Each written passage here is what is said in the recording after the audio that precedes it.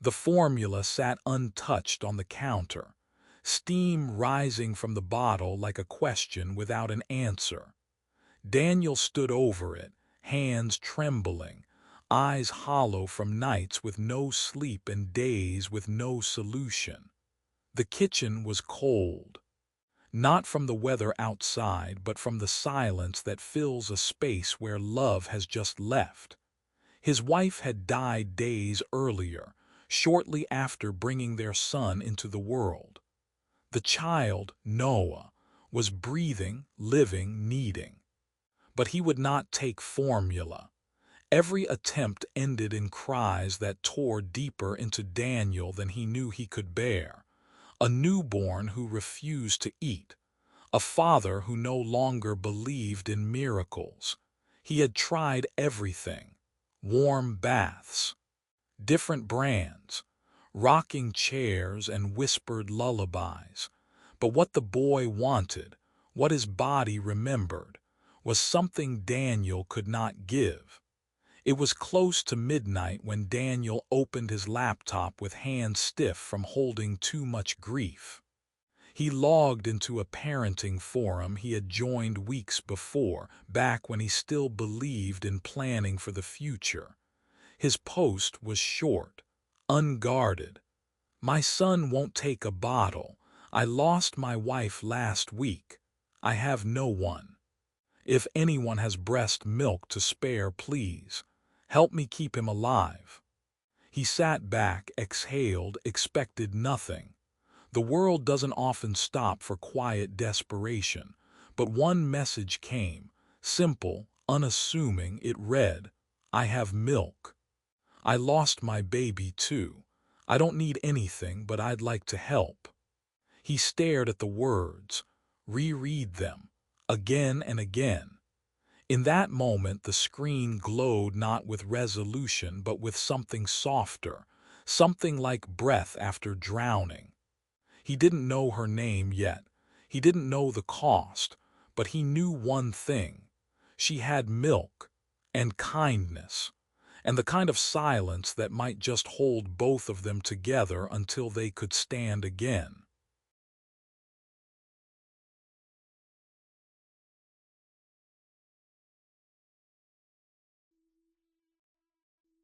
The road narrowed as Daniel turned off the main street, snow pressing against the windshield like time refusing to pass.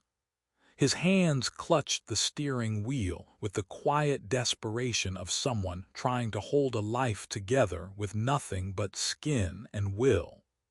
In the back seat, Noah whimpered, not with the sharpness of a healthy baby, but with the tired, fragile sound of hunger unanswered. Formula hadn't worked. Nothing had. And now this, driving through a snow-covered silence toward a stranger who said she had milk. He pulled up in front of a house that looked older than memory. Ivy crawled up its stone walls like a secret that no longer cared to be hidden. The windows glowed softly, as if the warmth inside was borrowed from another time. Daniel hesitated. This could be a mistake or something else entirely. He stepped out. The wind sliced through his coat like regret. Noah stirred against his chest, bundled in too many layers for a child so small. Daniel walked up the steps and knocked. The door opened almost at once. She stood there. Claire.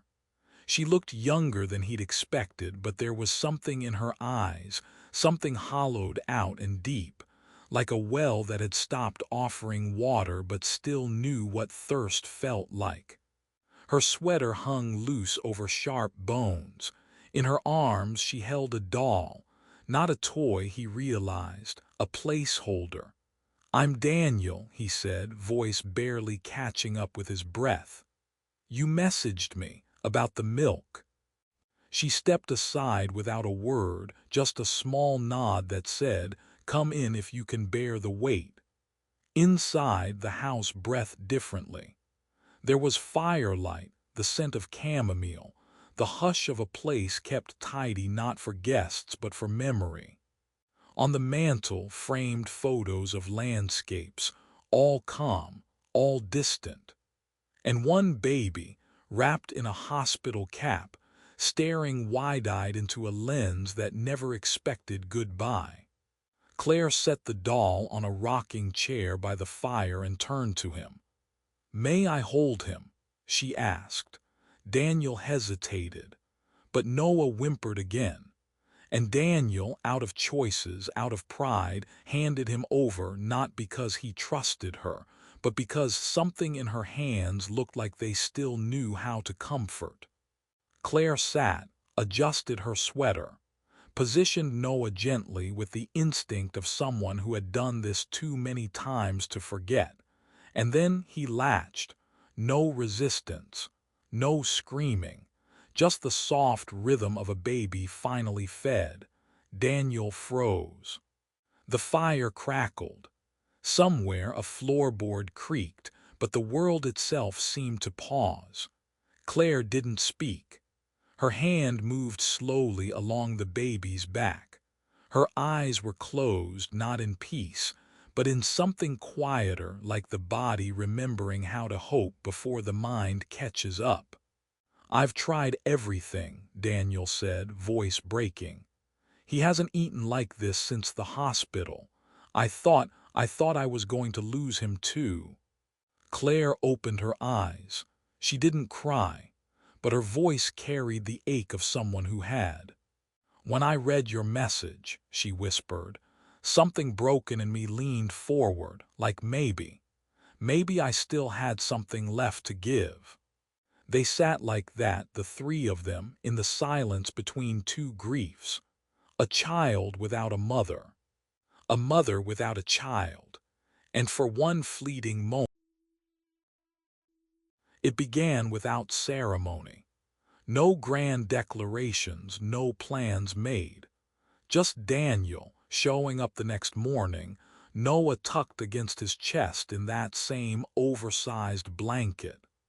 He rang the bell like someone knocking on the door of a memory he wasn't sure was his to keep.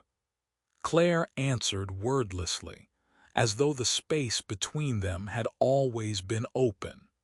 She took the child into her arms again, this time without hesitation, like muscle remembering what grief had asked it to forget. Daniel stayed. He didn't ask if he could, and Claire didn't suggest otherwise. Something unspoken passed between them, not a bond exactly, but a kind of recognition. Two people moving carefully around the edges of what once broke them. He sat quietly while she nursed Noah, his eyes moving across the room, taking in details he hadn't seen the night before. A hairline crack above the door frame, a loose hinge on the cupboard, a faucet that dripped like a clock morning time. He returned the next day and the one after that. At first, the repairs were small, tightening a screw, adjusting a crooked picture frame. He never mentioned what he fixed, and Claire never asked.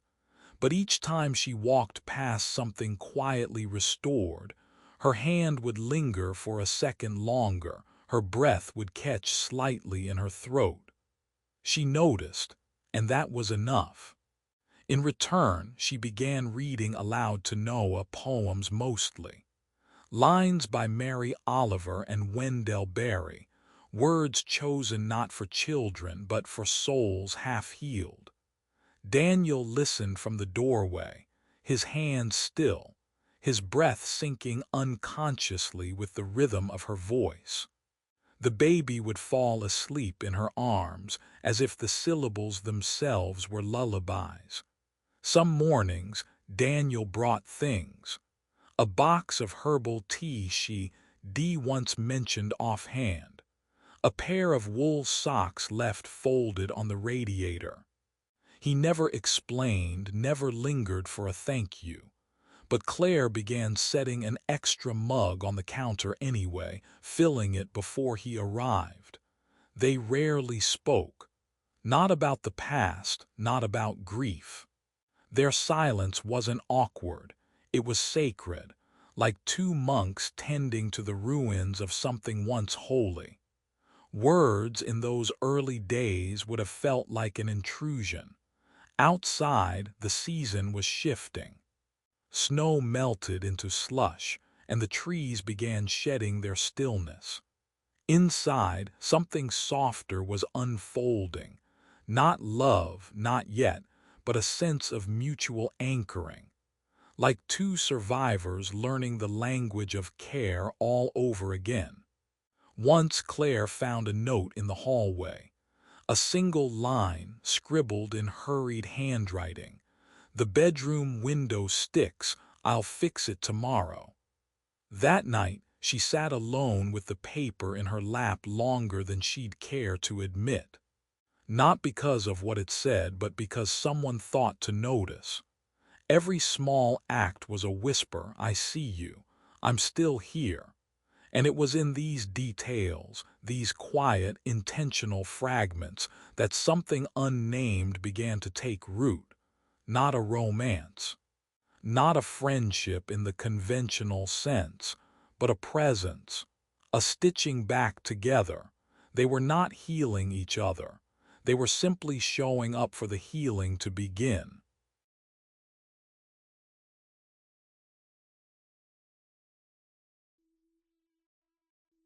It began with a photo. Someone, perhaps a neighbor, perhaps a stranger with too much time, snapped a picture of Claire cradling Noah to her chest on the front porch. Her sweater slightly unbuttoned, her eyes closed, the baby tucked into her arms with the peace of a child who had forgotten hunger. The image, tender in its rawness, leaked into the world like light slipping under a locked door. And the world, as it so often does, misunderstood the light for something dangerous. Within hours, headlines bloomed like bruises. Grieving mother replaces lost infant with stranger's baby. Wealthy woman uses child to fill emotional void. Is this compassion or delusion? The internet, hungry as always, devoured the story. Talk shows debated morality. Comment sections boiled over with assumptions. Some called it beautiful, others called it unhinged. Most didn't care enough to know the full truth. They labeled Claire mentally unstable, desperate, even predatory. They questioned her motives, her wealth, her silence. And in doing so, they trampled over the quiet, sacred ground she and Daniel had begun to tend. Reporters camped outside. Microphones reached for them like hands trying to grab something intangible. Daniel stood in front of the house, Noah pressed close to his chest, the wind ruffling his coat. Cameras rolled. Voices demanded answers. He looked directly into the lens, not defiant, not angry, just steady, like someone who knew the difference between noise and truth. "She didn't replace anyone," he said. "She saved my son. She gave him what I couldn't. She's the only mother he's ever really known." He didn't raise his voice. He didn't offer proof or appeal to pity. He just said it plain and whole. And in the silence that followed, something shifted, not in the crowd, not in the media, but in the space between Claire and Daniel, their gaze meeting through the window, not with fear, but with the quiet understanding of two people who had already survived worse than judgment. Claire never went on air. She never defended herself. But she did post one thing on a simple blog no one had visited in years. It was a poem, not hers but borrowed like so much of what had become precious in her life. "To love is not to possess," it read. "It is to be a garden for something to grow wild and soft." No hashtags, no explanation. And those who had hearts attuned to subtle truths felt it, not in headlines but in the pause after, in the stillness that lingered longer than outrage. The world may have tried to put love on trial. Claire started writing again, not with the urgency of someone needing to be heard, but with the soft, almost trembling hand of someone learning how to listen, to herself, to silence, to the shape grief takes when it's no longer loud but still very present. She called the blog Kindness Fed Us. The title came without much thought, and yet felt like it had always existed, waiting for her to name it. The first post began with a memory, not of her son's birth or his passing, but of a knock on the door in the middle of winter, and the man who stood there holding a child like something fragile he wasn't sure he deserved to keep. Daniel never officially moved in. There was no conversation, no box of belongings.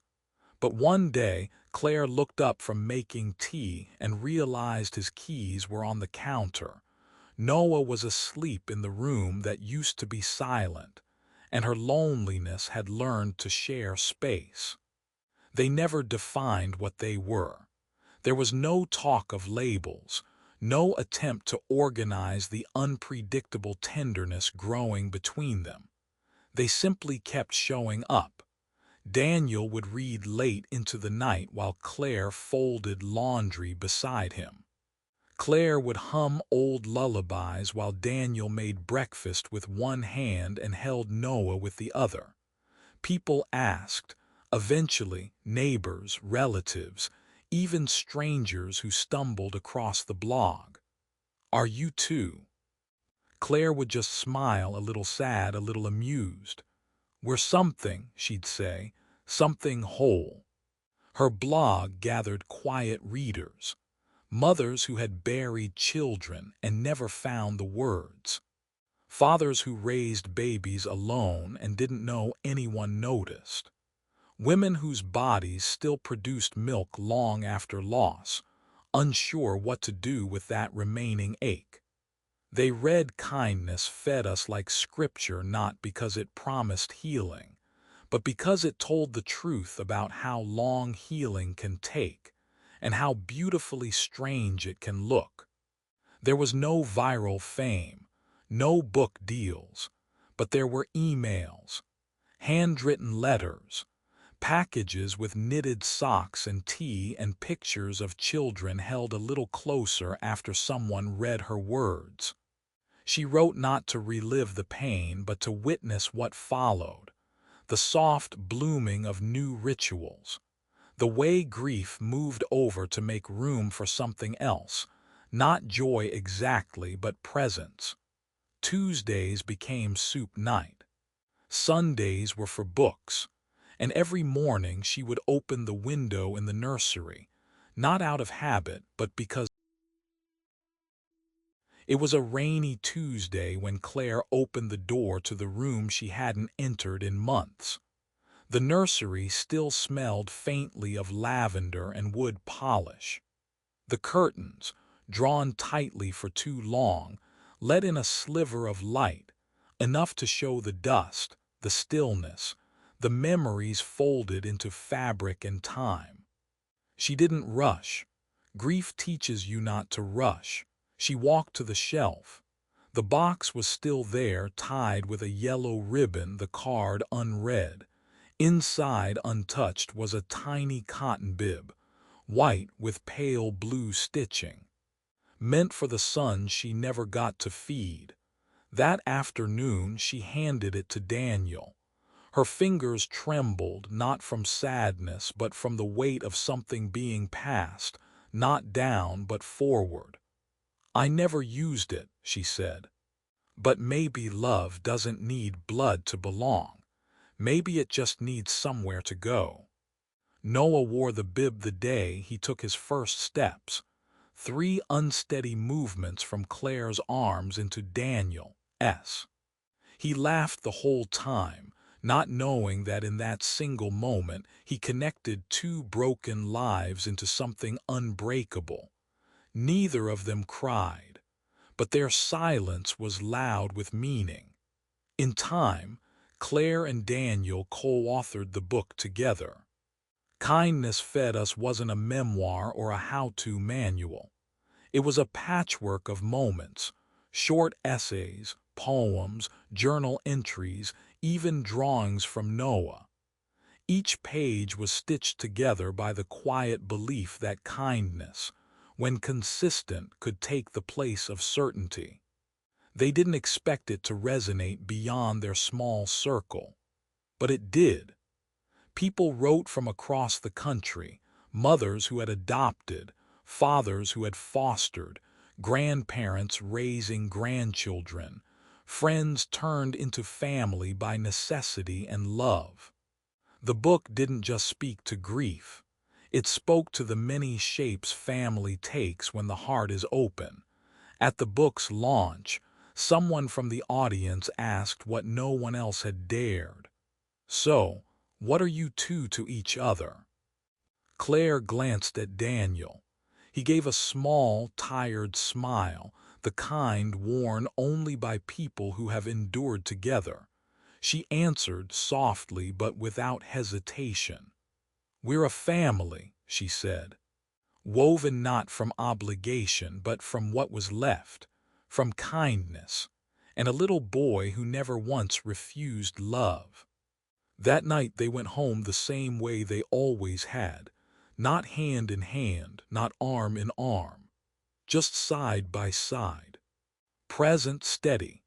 And in the quiet of their shared home, Noah slept peacefully in the nursery, his small breaths a reminder. Healing is not loud. It is made of mornings and bibs and words shared gently across time. It is not something we return to. It is something we build to. The moment was quiet, almost missable. Claire stood in the hallway, a soft bundle folded in her hands. It was the bib, hand-stitched years ago, with care she hadn't known how to use. She held it out to Daniel, who looked at it like a question he hadn't dared ask. "Love," she said, "is not limited by blood or time. It just needs to be given somewhere." Noah wore the bib the first time he walked. 3 small steps, wobbly, uncertain, from one open set of arms to another. He didn't know that his feet were tying together 2 lives that had once unraveled, but he didn't have to. When Kindness Fed Us was published, it wasn't the story of a tragedy or even a miracle. It was a slow unfolding, a chronicle of mornings, of shared silence, of letting love root where nothing had been planned to grow. At the book signing, the line stretched around the block. People came not just to buy the book, but to say thank you. Some brought letters, others tears. More than a few whispered, "Your story saved me from something I couldn't name." Toward the end of the night, a young reporter stepped up and asked the one question left unspoken by everyone else. "What are you two, really?" Claire looked at Daniel. He didn't say anything. He didn't need to. She smiled.